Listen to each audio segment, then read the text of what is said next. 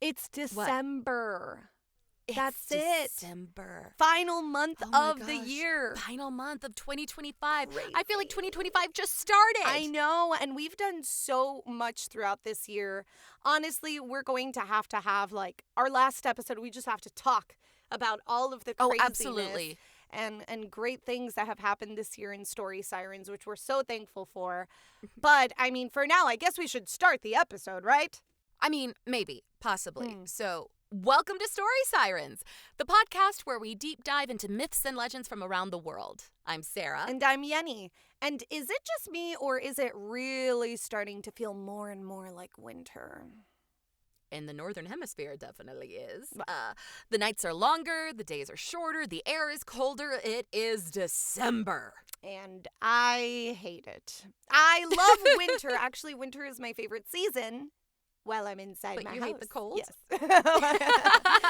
And I would like for you to fix this because Miami has been extra cold and I'm not happy about it. Are you asking to speak to like a manager of the weather? Kind of. Well, you're in luck. Oh. Because winter's manager is the one and only Jack Frost. Yes, of course. And while I'm sure many of our listeners have heard of Jack Frost, how much do you actually know about him aside from your Wattpad fantasies? Mm-hmm. Oh, you're bringing that up early. So, he is an ephemeral character, ever-changing and unchangeable. Just like frost and snow. He's also frequently misrepresented. Or do you mean misunderstood? Like the love interest in a romance book. Or a Wattpad novel. Chill out, Yenny. No. Just chill for now. Stop it, Sarah. I know what you did there. Well, sometimes mischievous, other times malevolent, Jack Frost is the embodiment of cold, ice, and long, dark nights. Some say he is a sprite, some say he is a spirit. And according to some myths, he is good-natured, but as we said, mischievous, and other myths claim that he is entirely cruel. But where does Jack Frost come from? Great question. Well, tragically, it is a common misconception that he is a descendant of Norse mythology from an ice giant known as Jokul Frosty, which sounds great, but is not a real character. Oh. Jokul and Frosty in Nordic mythology were two separate frost giants in late Nordic mythology. Neither were present in the primary mythology source that most people use, the Poetic Edda. According to Wilhelm Wagner in his 1880s book, Asgard and the Gods, Tales of Our Northern Ancestors Forming a Complete Manual of Norse Mythology. How long can a book title be? Oh, you're about to find out a running theme in this episode. Frosty, whose name does mean frost, I would hope. You imagine his name means like fire. Right. But Frosty was one of the strongest of the frost giants, a grandson of the first living being, Ymir, whose name means scream, which I think is totally hardcore for like the first ever being to exist. Mm-hmm. Right? Frosty was said to have ruled over the northern realms, wore magical silver armor, and rode a storm horse. But what Frosty did not have was ice/snow/winter magic. He was just a frost giant. End of statement. And so Frosty has a lot of stuff, but Jokul was just like a random giant. Jokul was just another frost giant. You know, that really is sad. Because now Frosty has to be placed with Jokul. You imagine like they didn't like each other. And now for the rest of eternity, they're put as like one same character. And Frosty's like, I literally do more than you. You are just a ball of snow.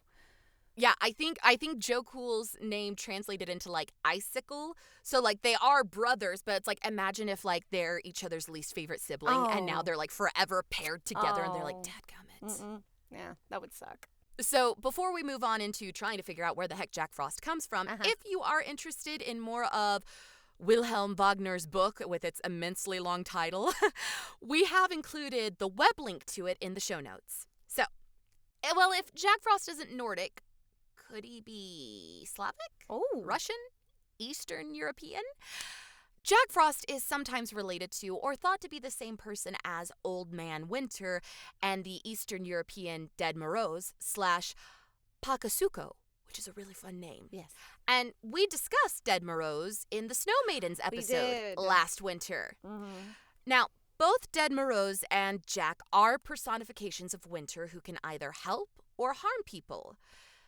However, Dead Moroz correlates more closely to Santa Claus than he does to Jack Frost, so we'll keep looking for our poor snow spirit's origin. We'll find you, Jack. We'll find you. Oh my we God, we will not be like Rose. You will not, we will not let you die, okay? Of hypothermia. Of hypothermia. Ironic. All right, so the first actual written reference we have to a character known as Jack Frost is in the 1730 book Roundabout Our Coal Fire, or Christmas Entertainments. Again, the long titles. And in that book, there is a reference made to when Jack commonly takes us by the nose. Oh.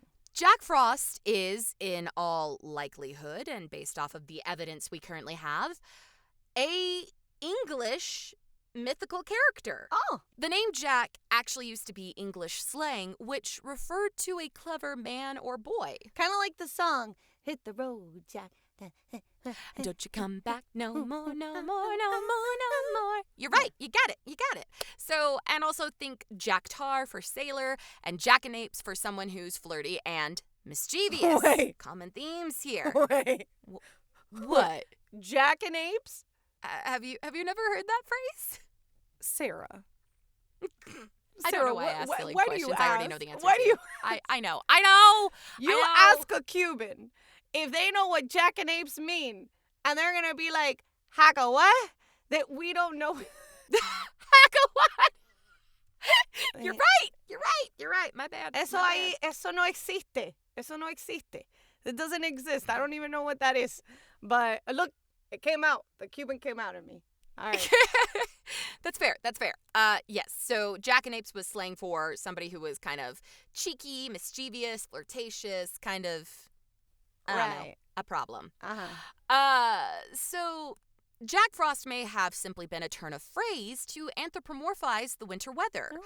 After all, since the 1730s book did not elaborate on who Jack Frost, assuming the reader already knew about the icy individual in Roundabout Our Coal Fire or Christmas Entertainments, Jack Frost must have been an already well-established character, you would think. Yeah. But then after that 1730s book, he kind of vanished for like 70 years. Oh. So, from the 1730s, let's fast forward to 1804, when Moses Guest published the poem Jack Frost, the Doctor, in an unknown American newspaper. And it was here that we first get a glimpse of a happy and helpful character in Jack Frost. This marks the beginning of his playful, fun-loving personification. He's becoming more of a character rather than just an embodiment of a season. Right. Jack appeared in a few more American publications in prose and short stories, slowly morphing from his personification of winter and into a sometimes wicked, often naughty, elf or sprite-like being. Leave it to the Americans to take an English concept and completely transform it. Oh, please, Sarah.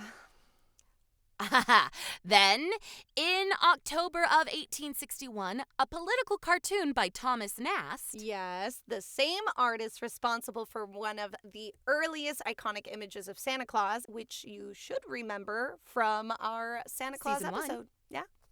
Exactly. This political cartoon by Thomas Nast, depicting a bearded, uniformed, sword-wielding Jack Frost sitting atop an all but frozen horse, was published in U.S. Harper's Weekly in 1861. Oh. Keep that in mind. Mm-hmm. The caption of this cartoon read, "Our new Major General." And, of course, this caption was relevant thanks to the current event of the time known as the Civil War. Yep. Yeah, I see what you mean by Americans changing an English concept. Yeah, we went from a personification of winter to battle. A war general. So, to battle. This cartoon was in reference to a speech made by Major General Benjamin F. Butler, who said, "Our faithful old ally of the North, General Jack Frost, shall come and clear the way the malaria of the South, and we shall march southward from this place, and there shall be no footsteps backward until this rebellion is crushed out of this union." Malaria of the South? Yeah. Is a choice. That is a choice because the beginning of the Civil War was bedeviled by a multitude of illnesses which Union soldiers blamed on Confederate soldiers. And so Jack Frost was enlisted into the Union to fight against sickness. It was not a good time in American history. But wouldn't winter be worse for sickness? Yeah, but they're saying since malaria is like a warm climate disease, they're like, oh, well, this will wipe it out. As if, people didn't have hypothermia and frostbite during the winter and, Yeah. There's a whole history of like soldiers dying in winter conditions. But, Jack Frost is an ally now. Yeah. Okay. So on a lighter note, though, moving on from that publication, Jack Frost continued to appear in other pieces of American media throughout the years, including Central Park illustrations, novels, and even a short story by E.S. Brooks called The False Sir Santa Claus, parentheses, a Christmas mask for young and old, end parentheses. These titles are killing me. I know. But in Brooks's story, Jack wants to take over Santa's job. Oh, that's where the plot line comes from. Right? Like, this seems very familiar to us here in 21st century America. Now, moving out of the 1800s and into the 20th century, the 1900s, Frank L. Baum, the author of The Wizard of Oz, published the book The Runaway Shadows, or A Trick of Jack Frost. Yeah, esto es mucho. Tell him to shorten these titles. I know it's too much. This is too much. Where Jack, the son of the Frost King, freezes children's shadows. So, not only is he a prince now, but somehow, wouldn't this could be a crossover with Peter Pan because he'd be taking people's shadows. What would his Disney movie look like? If he's a prince? Oh. And then with Peter Pan, oh my God. Fan fiction? Get on this. All right. So then, in a later Christmas book by Frank Baum, The Life and Adventures of Santa Claus. You see? Perfect title length. Perfect. We got everything down in not a sentence. We did not need a sentence to get that down. Jesus. In Frank L. Baum's later book, The Life and Adventures of Santa Claus, his same interpretation of Jack Frost appears, but only for a few small scenes. But this does establish more of a Jack Frost character. Mm-hmm. Also, fun fact, Rankin Bass, the studio responsible for like those little stop-motion Christmas shorts, adapted this book into a stop-motion film in 1985, and then the animation studio Splash Entertainment LLC, formerly Mike Young Productions, adapted the film into an animated feature in 2000. Now, I bring this up because child Sarah caught this movie on TV long, long ago and then never saw it again and thought it was a fever dream for years. Which, the fact that it's a story written by the creator of The Wizard of Oz totally makes sense. Absolute fever dream. But, yeah. I may need to go back and watch it now. You do that and tell me where it is so I can watch it too. But let's get back to Jack because you're making this about Santa and Jack has a thing with Santa. Jack and Santa are Jokel and Frosty. They are. Brothers who are just like, no, we just don't get along. Mm-mm. So, anyways, from 1901 to 2025, Jack Frost has starred in songs, stories, books, TV shows, movies, you name it. He's become a permanent fixture in American mythology. Wait, so if Jack Frost didn't date back to Nordic myths and legends as one of the frost giants, then he didn't really have a physical being in England when he was just a personification of the winter season. Does that mean that Jack Frost is actually a modern myth? That is exactly what it means. Ah. He's only a couple hundred years old. Oh, what a baby. He's a baby in the world of mythology. Yeah. So now that we've established that he's just kind of an American child, here are a few final fun facts about our boy Jack. Yes. He is supposedly married to Susie Snowflake. He has a love interest. And Susie Snowflake embodies the playfulness of winter. Again, this is a very modern legend, like not even 100 years old yet. Oh. Susie Snowflake first appeared in the song written by Sid Tepper and Roy C. Bennett, made famous by singer Rosemary Clooney in 1951. Ooh. She's one of the sisters in the wonderful Christmas movie White Christmas. Oh. Now, keep in mind, also, this is kind of more of a pop culture shipping than an actual real-life marriage. Fair. During the autumn months in some legends, Jack Frost busies himself painting all the tree leaves with an orange, red, and brown hue, which... I appreciate that. They're so pretty. I know, but, like, I don't know. I don't know how I feel about it. He's getting the world ready for the drop in temperature. I would feel like he would, like, kill the trees, like make the right, because he's winter. I don't know. I mean, honestly, trees are mostly dead anyway. So, oh my God, in the winter Sarah? months, yeah, technically they are. Oh my God. So in the winter months, it was once believed that you could see that he had been to your home by the fern-like frost shapes on the windows. Aww. Those were his personal calling card. These icy illustrations are sometimes called fairy frost or fern frost. Tragically, they're not as prevalent anymore because modern windows have double glazing. But back before double glazing, you could see like these really cool patterns of like the ice forming on your windows. Side note, some Scottish myths attributed this art to spirits breathing on the glass or the creativity of snow fairies. I prefer snow fairies. I do too. I prefer I do snow too. fairies. I don't want this to get spooky. No.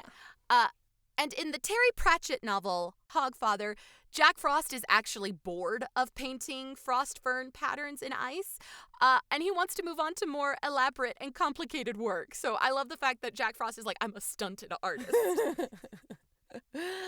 Part of Jack Frost's mischievous personality comes from simple turn of phrases in English, such as the cold nipping at extremities. We couldn't forget about that part. Oh, we couldn't. And natural occurrences like the wind blowing off hats and scarves.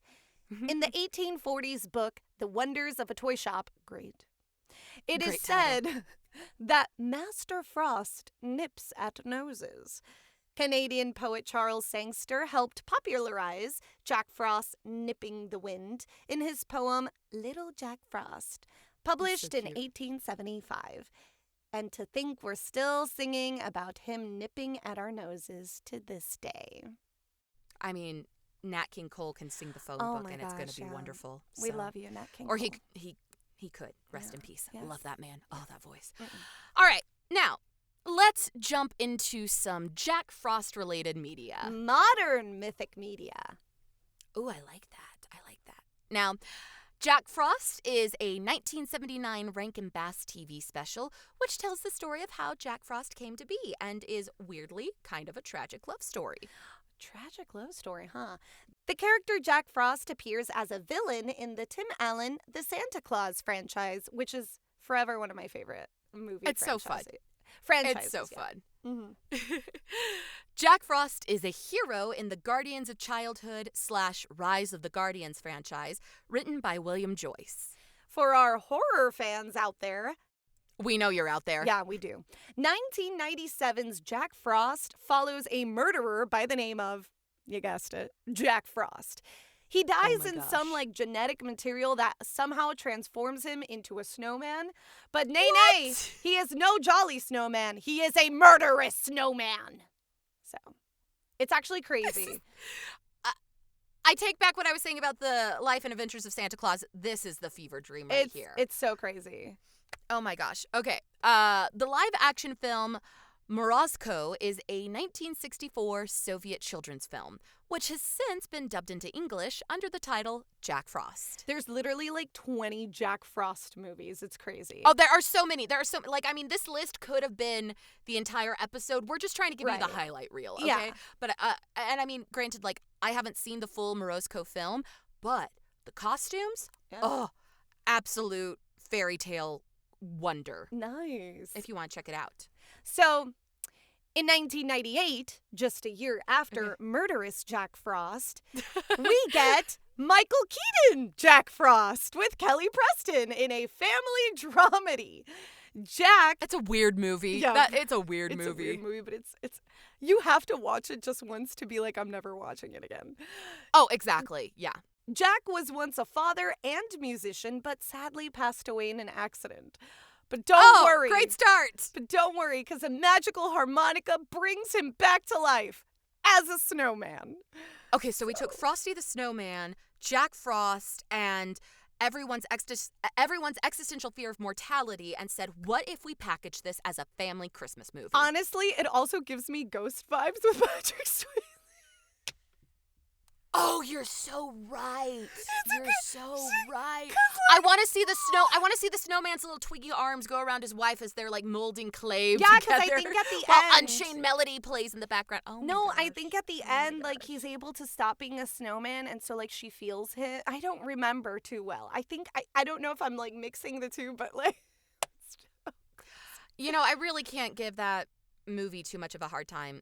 Because musician Jethro Tull wrote a very whimsical and underrated Christmas ballad called Jack Frost and the Hooded Crow. And when you look up this song, I love this song because it's folksy and like Celtic-y, and it's talking about how we should all be kind to one another. And it's just weird, and I love it. I love it. I need to check it out. That's all I have to say. The Stranger is a children's book by Chris Van Allsburg, which is the author of Jumanji and The Polar Express, and tells the story of a silent man with amnesia being taken care of by a farmer and his family during the autumn months. And of course, the stranger is Jack Frost, who lost his memory. Big plot twist, okay, guys? You gotta know, we had to talk about Jack. Well, and yeah. Now, the book also mentions how Jack is responsible for the changing color of the leaves in autumn. So, yeah. I love that because we don't see that a lot in most media. We just kind of like dress them in blue and white and throw them in the winter. So, you know. Now, if you're looking for something a little warmer than children's literature, the book Etched in Snow by L.R. Friedman is a contemporary retelling of the Jack Frost character with a romantic twist because, of course. Duh, we need it. Of course, there's also the book titled Jack Frost by Rebecca F. Kenny, where Jack Frost is an ice deity who falls in love with an environmental activist. Let's save the world, Daddy. All right. And honestly, just search Jack Frost on Goodreads. I had no idea he was such a desirable romance option, but, you know, with Yenny's comment at the very beginning of this episode of, like, Wattpad fiction. Silly me. Well, not a fact, but a well-known ship among fan fiction and Wattpad writers. It all comes back to fan fiction. Yeah, I'm telling you, it all comes back. Y'all have to know Jack Frost from The Rise of the Guardians and Elsa. Yeah, that's a thing, okay? And I want it. I want it. Do the crossover. Let them have snow babies, okay? Snow babies? That's what I want. I want her to do a whole song with him about making love and Christmas. And that's how the snow melts, baby. That's how the snow melts. And while not Jack Frost related, don't forget we have linked Wilhelm Wagner's book on Norse mythology in the show notes. And while this list is already long, we just can't forget this one guy, and that is the Snow Miser in The Year Without a Santa Claus. I love Snow Miser. Which practically is Jack Frost. He pretty much is. And you know, like his rivalry with Heat Miser, from what I understand of the Jack Frost romance novel by Rebecca F. Kinney, as Jack Frost is, you know, a winter deity falling in love with an environmental activist, I think he's like also fighting a fire deity at the same time. So like I read the blurb on the dust jacket of this and I was going, huh? All I gotta say is that The Year Without Santa Claus has the biggest bop, which is, I'm Mr. Heat Miser. I'm Mr. Sun. Da-da-da-da. And then something, I'm Mr. 101. And then the Snow Miser comes out. Yeah, it's such a good song. And honestly, we need more movies like that again. I still remember sitting ABC Family's 30 Day of Christmas. Or 25 Days of Christmas. 25 Days of Christmas. Yeah, it was so good. So good. So good. Let's talk about that siren call, huh? All right, your siren call this week is to head to our public Discord. Link is in the show notes. And tell us your favorite interpretation of Jack Frost. Is he good? Is he evil? Is he tragically misunderstood? Is he hot? Do you picture him with the voice of Chris Pine, like in Rise of the Guardians? Or does he say things like, I invented chill, like Martin Short in The Santa Claus 3? You let us know. I love that line. Stay warm, grab that Wattpad and fan fiction, and, read about Elsa and Jack. We'll see you next week. Bye. Bye. Thanks for listening to Story Sirens. You can follow us on Instagram at Story Sirens Podcast. Want to support us? Send us a cup of Ko-fi by searching ko-fi.com/storysirens. We've got lots of treats for those who become siren seekers. All research materials can be found in the episode summary. Music by Donald Guzzi and artwork by Alexis Torres. Story Sirens is a Feather and Fin production. See you soon.